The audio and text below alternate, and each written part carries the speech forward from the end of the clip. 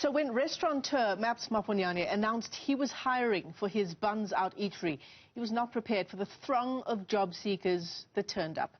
The long queue for vacancies highlighted the plight of the unemployed in the country, with the majority of them being the youth between 15 and 34 years of age. Let's get you just some of his own feelings. We're joined now via our video link by Maponyane to share firsthand some of that experience. It's great to have you with us this morning on the show, Maps. I mean, it's difficult to understand, you know, the incredible throngs of people that we saw outside your restaurant. I saw a photograph there. You must have known there would be quite a response to that advert that you put out that you were hiring, but maybe not that kind of a response.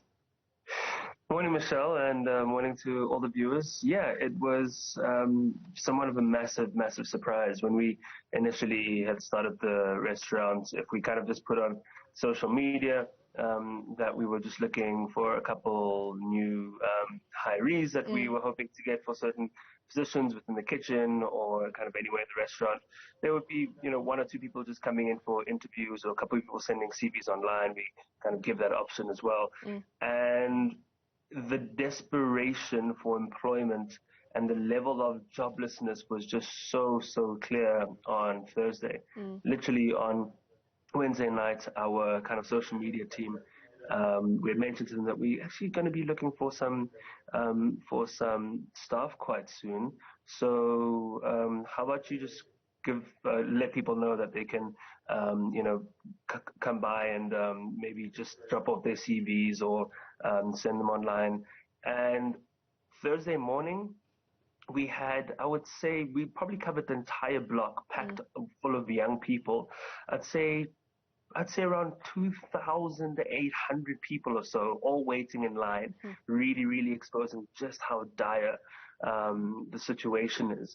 And you know, even doing Buns Out is something that's just been a passion. It's been an opportunity to be a part of a solution of a big South African and African problem, which is that of unemployment. And the ability to be able to employ people has felt like a real great privilege. And to be able to do that through any business is something that I always find to be a positive thing.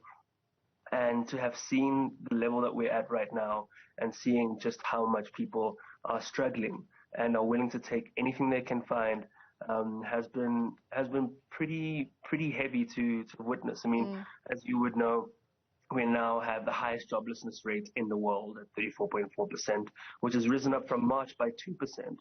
And it just seems to be getting worse and worse. And if anything, it's probably just spurred us on to figure out how we can, you know, be able to contribute even more to it and hopefully have more restaurants we can employ more people. But this needs the help of everyone in this country to really find the solutions. Yeah, in fact, we were showing those visuals of the queues of people outside your restaurant in Linden in Johannesburg. For our viewers who perhaps don't have a sense of just how many people are sitting at home looking for a job, that gives us some sense. Just out of interest, Maps, how many people did you actually end up hiring?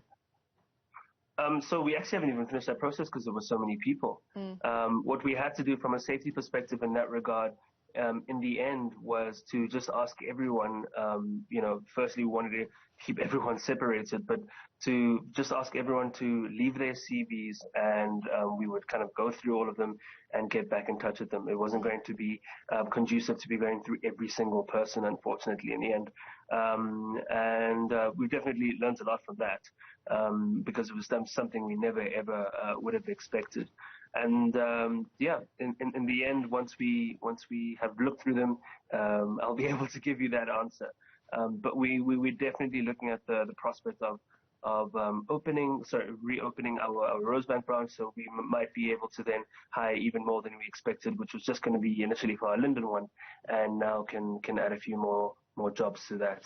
Yeah, that unemployment rate that you talk about, it's the official unemployment rate, of course, under the expanded definition of the people who are unemployed. That number is much higher at a staggering 46% of young people. And ironically, Maps, it was during the height of the pandemic. You'll give me the proper dates, but Buns Out actually launched at a time when it was particularly difficult for that industry to operate, and you had to close down for quite some time as well.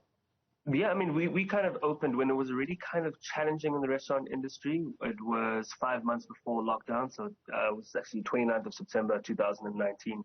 And so when we went into lockdown, we'd only been around for 5 months, and it was even harder hit. And I mean, I think you've seen restaurant after restaurant after restaurant close down during this period. There was a point, I think it was about 6 months into lockdown, that there had been 140 restaurants within Gauteng alone that already closed down and weren't reopening their doors.